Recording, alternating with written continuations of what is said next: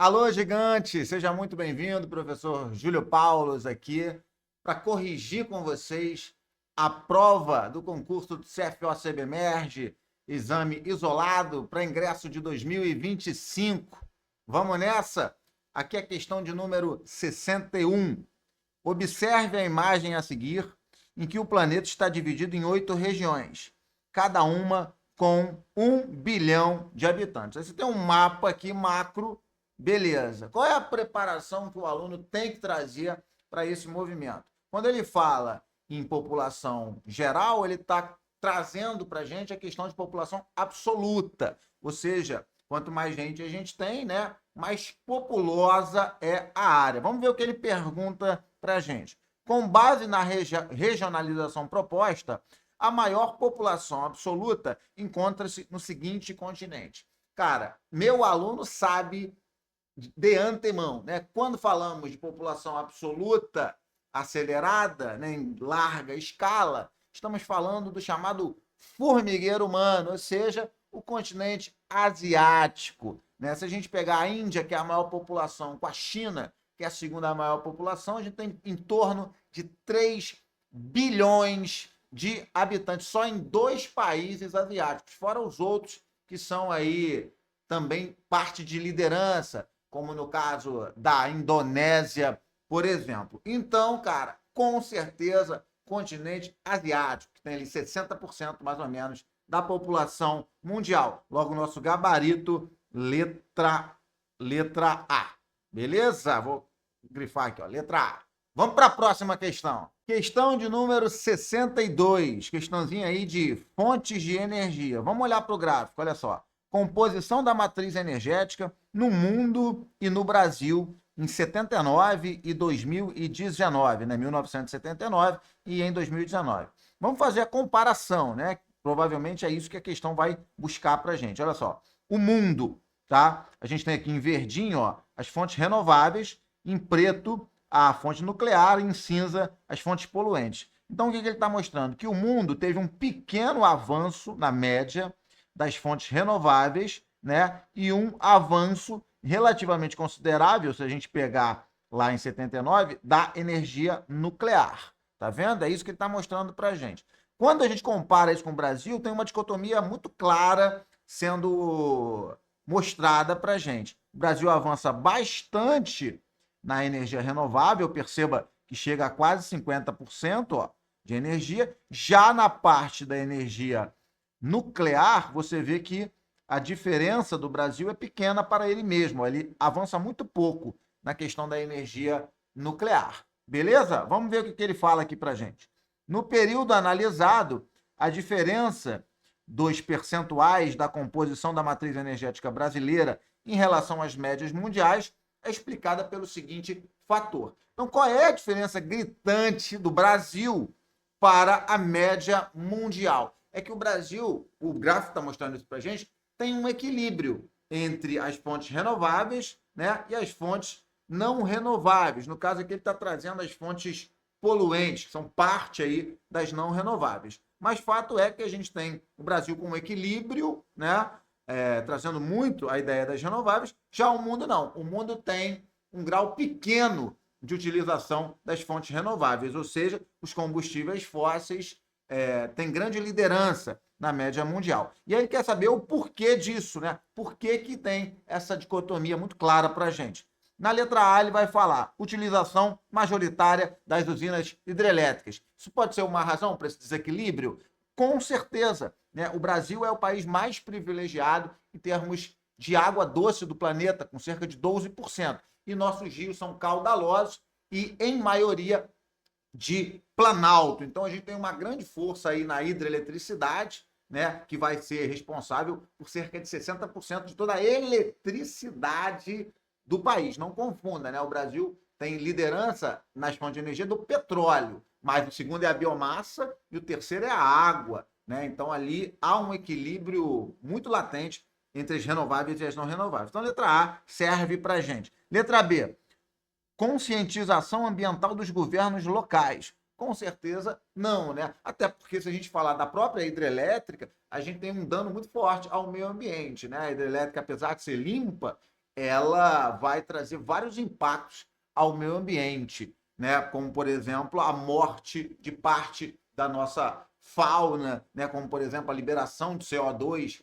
nessa fauna, nessa morte da fauna, a eutrofização, né? A própria migração de pessoas, enfim, uma série de impactos aí. Então, a letra B não serve. Letra C, priorização dos transportes ferroviários para longa distância, que não tem nada a ver, a banca viajou, né? A gente não está falando de transporte nesse movimento aqui. E a letra D, ampliação de investimento estrangeiro para instalação de termoelétrica. Se fosse instalação de termoelétrica, a gente não teria esse equilíbrio que o Brasil mostra. Beleza? Então, nosso gabarito, letra A. Vamos para a próxima. Então, aqui agora, a questão de número 63, uma outra questão, né, que vai trazer população junto com urbanização, que são dois temas fortíssimos da banca da UERJ. Está falado aí, ó, no título, densidade demográfica na Coreia do Sul em 2022. O que a gente consegue perceber muito claramente aqui? Que existe uma grande mancha de concentração populacional, né, na parte sul do país, né? A metrópole ali de Seul. Isso é muito característico, né, de países de urbanização mais recente, como é o caso dos tigres asiáticos, da própria Coreia do Sul, né, que vão aí trazer consigo a chamada macrocefalia urbana, ou seja, o inchaço populacional, como a gente viu no Brasil em meados do século XX, né, por exemplo, um inchaço populacional muito forte devido ao processo de metropolização. Por isso que a gente tem algumas áreas, né, do país, e aqui principalmente essa área norte, que está inclusive perto ali da Coreia do Norte, né, com essa densidade demográfica, né, que o gráfico mostra para a gente. Repara que no todo, a exceção aqui do extremo leste do país ou do extremo sudeste do país, ó, não aparece mais essas manchas com propriedade, né? Então a gente tem esse grande inchaço populacional. É isso que a gente está vendo, que a gente chama, né, de macrocefalia urbana, dentro do fenômeno da metropolização. Vamos ver a pergunta. Com base na variação territorial da densidade demográfica, identifica-se a seguinte característica socioespacial na Coreia do Sul: hipertrofia na rede industrial. Aqui em nenhum momento ele traz a questão da espacialização industrial. Isso não está em voga no mapa. Ele está falando de população, não de indústria. Letra B, superpovoamento da área rural. Isso até é uma inconformidade, uma incoerência, né? O que a gente tem com a urbanização é o êxodo rural, ou seja, a saída das pessoas das cidades. Letra C, macrocefalia na hierarquia urbana. Aí sim, né, é aquilo que a gente estava falando, o inchaço populacional, a escolha de determinados locais para serem topo da hierarquia e, com o movimento, acabam gerando a macrocefalia urbana. Então, nosso gabarito, letra C. Letra D, conflituosidade na fronteira política. Apesar de estar perto ali da Coreia do Norte, não é esse o alvo da questão. A questão está trazendo ali o impacto, né, do inchaço populacional numa determinada área da Coreia do Sul. Beleza? Então, nosso gabarito, letra C. Vamos para a próxima. Beleza? Questão de número 64, uma questão de Brasil agrário, né, que é muito forte também na UERJ. Ele vai falar o seguinte: superfície ocupada por tipos de agricultura em cada estado em 2017. E aí ele vai chamar aqui, ó, o verdinho de agricultura 1 e o amarelinho de agricultura 2, ou seja, uma análise de mapa, né? Beleza, a gente vai passar a questão e vai ver item por item e vai voltar aqui no mapa a cada item para analisar esse processo. Beleza. De acordo com a análise do mapa, números 1 e 2 da legenda correspondem respectivamente. Vamos lá, letra A, extensiva e intensiva. A gente tem que voltar no mapa para entender. O 1, ele está chamando de extensiva. E o 2, ele está chamando de intensiva. Você vai lembrar, extensiva tem baixa produtividade e o intensiva tem alta produtividade. Beleza? E aí, vamos para cá, por exemplo, vou pegar duas regiões aqui como exemplos, né? Por exemplo, a região sul. O que a gente tem na região sul? Ele está chamando de extensivo o verde. Ou seja, ele está dizendo para a gente que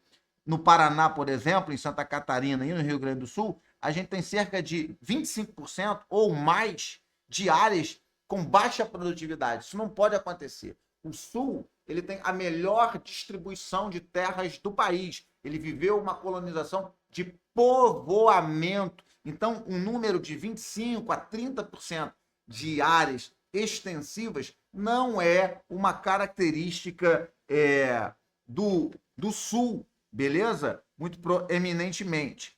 E no Nordeste, quando a gente vem para o Nordeste, ó, vamos pegar aqui, por exemplo, o Maranhão. Perceba, o Maranhão ele teria um pedaço pequeno de extensivo. E a gente sabe que o Nordeste, principalmente, né, indo ali para a área do sertão, ele vai ter mais regiões de baixa capacidade produtiva ou de baixa produção, vivendo ali de subsistência, do que ao contrário, ok? Então, não dá para ser a letra A. Vamos voltar aqui.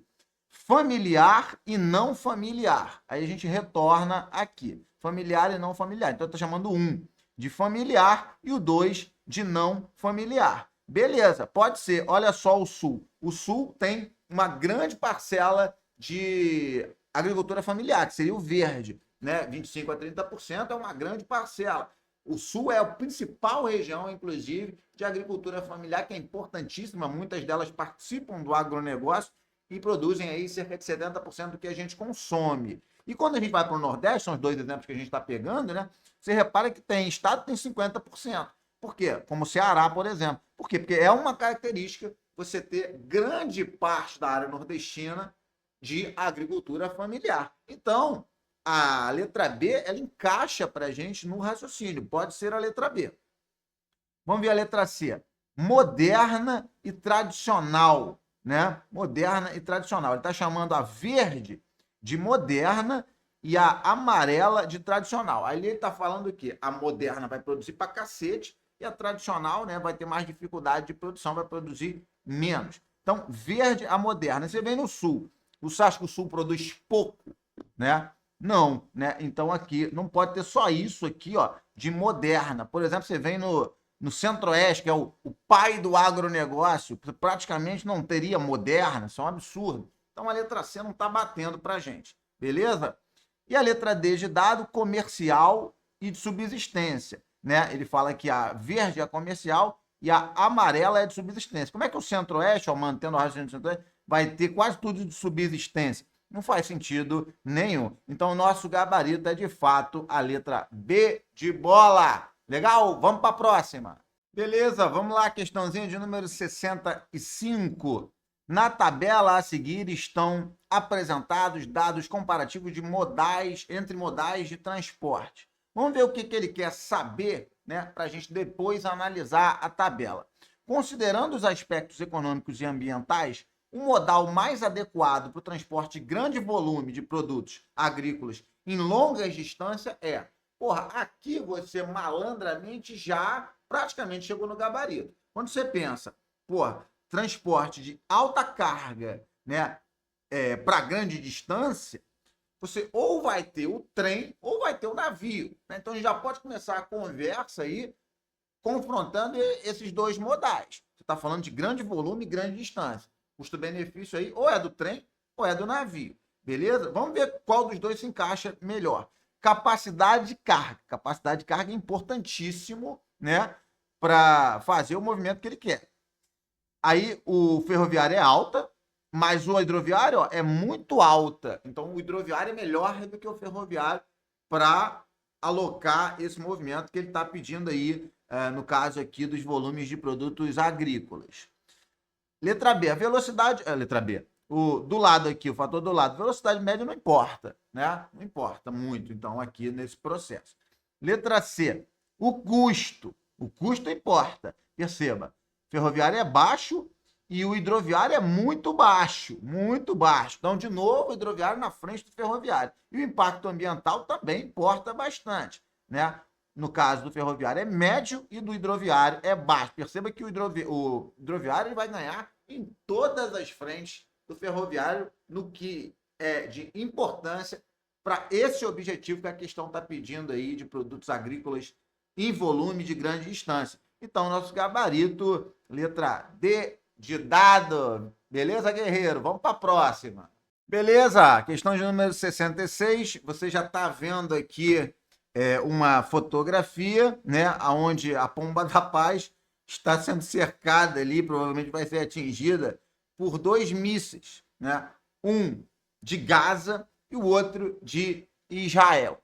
Lembrando, né, o conflito histórico permanente, né, árabe-israelense na região da Palestina. Cara, quando você fala de região da Palestina, por mais que tenha a questão religiosa de Jerusalém, a gente está falando de território, a gente está falando de poder e posse. A região da Palestina é uma das principais áreas espaciais da geopolítica contemporânea. A gente não está com o mapa aqui, mas depois você faz o exercício aí em casa. Se você sair para noroeste dessa regiãozinha da Palestina, você cai no mar Mediterrâneo, onde você está entre África e Europa. A Europa tem o maior PIB do planeta. Seguindo, você passa ali pelo Estreito de Gibraltar e cai no Oceano Atlântico e depois Estados Unidos. Se você for para o sul da Palestina, você cai no Mar Vermelho. O Mar Vermelho, ao sair dele, você está no mar e no Oceano Índico, que vai pegar Ásia de um lado, África do outro, Oceania na outra ponta. E pertíssimo da Palestina, a gente tem o chamado Golfo Pérsico, que tem aí cerca de 50% da importância, né, do petróleo mundial. Então, é um território preciosíssimo dentro do processo geopolítico. É por isso que ali a gente tem os maiores conflitos. E Gaza, em específico, é uma partezinha, né, daquilo que seria o Estado árabe contemporâneo dentro da Palestina, é uma área dominada pelo Hamas, né, que é um grupo terrorista, fundamentalista, que quer o fim de Israel. E por isso os conflitos se dão nesse enlace com mais proeminência, né? Gaza versus Israel. Beleza? E aí ele vai perguntar: o conflito geopolítico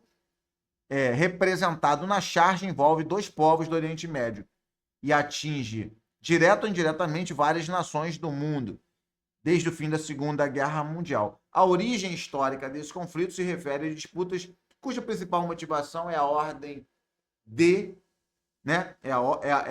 É de ordem territorial. Com certeza absoluta, explicamos aqui passo a passo, né, na introdução, por que ali é de ordem territorial. Não é cultural, não é ecológica e não é econômica. Beleza? Tranquilinho? Vamos para a próxima.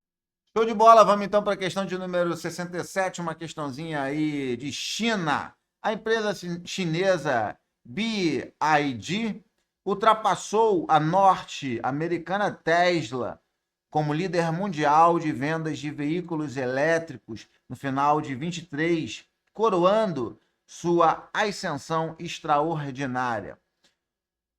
Com sede na megacidade de Shenzhen, a BYD foi fundada em 95 e é a maior fabricante de veículos elétricos da China, exportando táxis elétricos, ônibus e outros veículos para o resto do mundo, especialmente para a Europa, América do Sul, Sudeste Asiático e Oriente Médio. Cara, você sabe, a gente sabe, a China é um monstro, né? Ela começa a sua vinculação ao capitalismo, ao socialismo de mercado, ou capitalismo de Estado, né? Lá no Deng Xiaoping, com benefícios, né, para as multinacionais, mão de obra barata, incentivo fiscal, não taxação na questão ambiental e outros. Isso atrai multinacional. Num primeiro momento, a China vai ter ali uma tecnologia rasa, né, onde vai se proliferar ali o Xing Ling, aquele produtinho que a gente compra até hoje por R$1 ali nas lojinhas.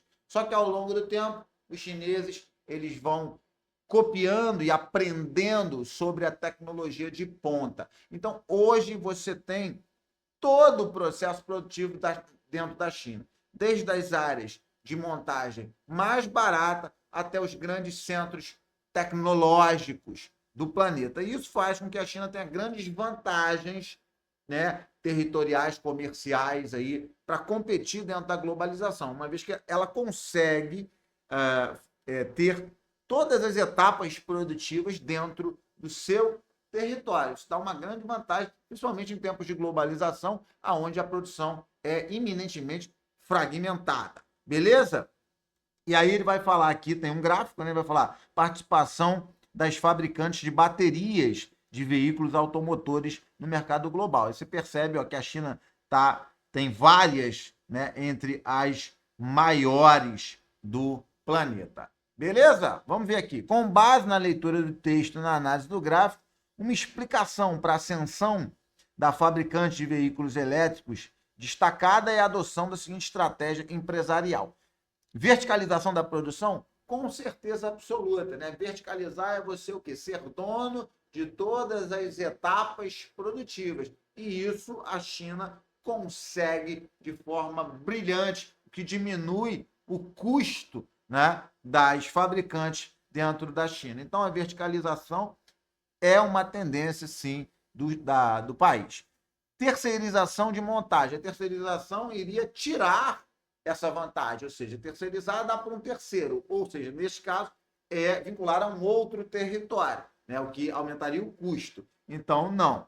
Letra C, padronização do produto. Isso aí é algo do Fordismo, que basicamente está encostado, né, não existe mais. Agora que a gente tem a diversificação produtiva, você que monta o teu carro, né?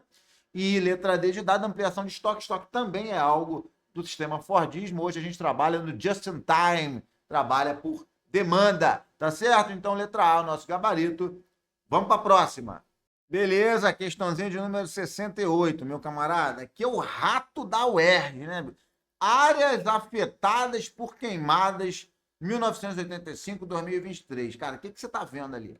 Você que estudou comigo aqui. O que você está vendo aqui? Você está vendo o Cerrado brasileiro. Não é possível que essa área achurada aqui de vermelho, você não entenda que você está falando do Cerrado brasileiro. O Cerrado sofre em demasiado com as queimadas, né? E uma das coisas que acelera naturalmente esse movimento é o fato de termos uma longa estação de seca nessa região no meio do ano. Vai lembrar ali do climograma do Cerrado, né? Com chuvas concentradas no verão, beleza? Isso não é a única causa, mas com certeza é um dos agentes principais, né, para que isso se alastre historicamente dentro do Cerrado brasileiro. Ele vai falar: analisando a imagem, identifica-se o bioma brasileiro mais afetado pelo fenômeno retratado, que é provocado predominantemente pela ação humana.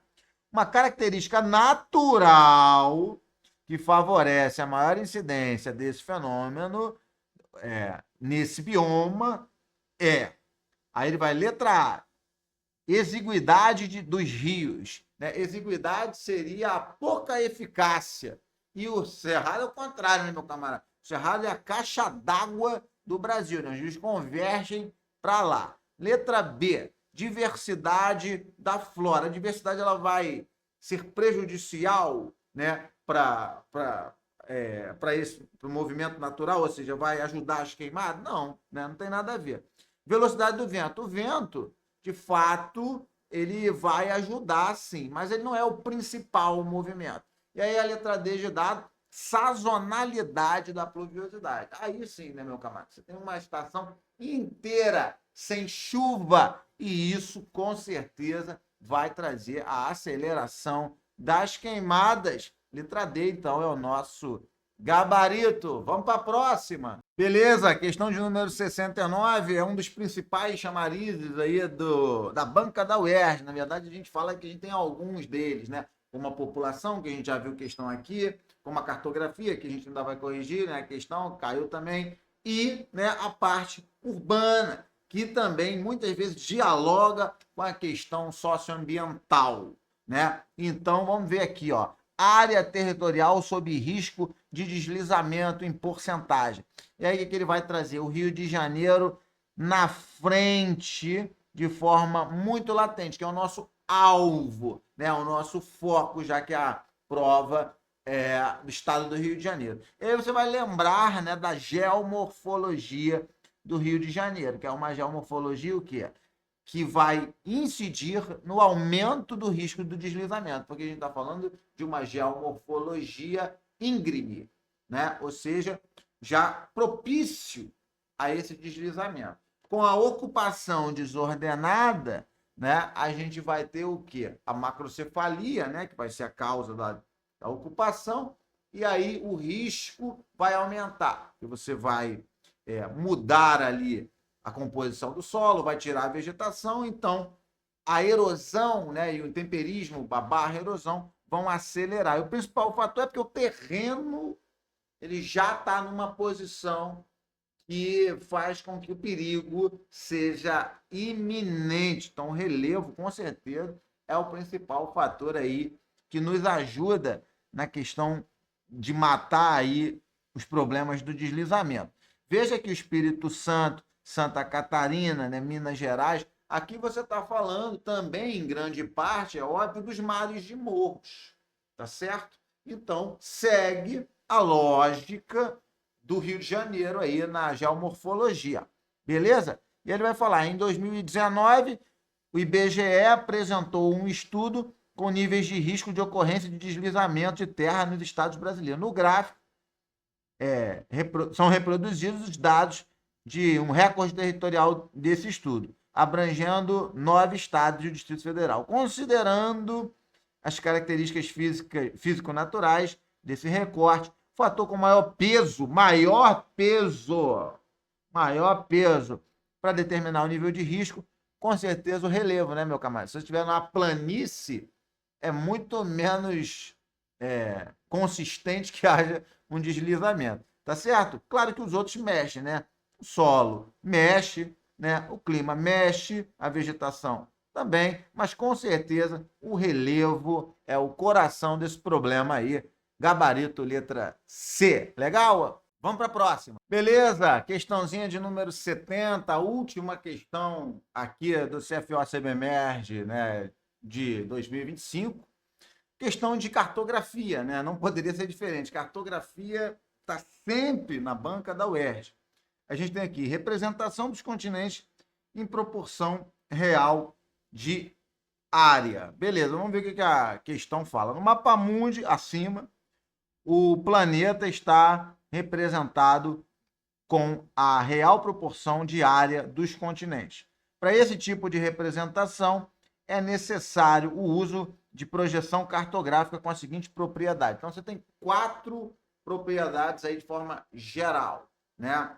Você tem a afilática, que vai ter distorções tanto na questão da área quanto na questão da forma, ela é um meio termo, né?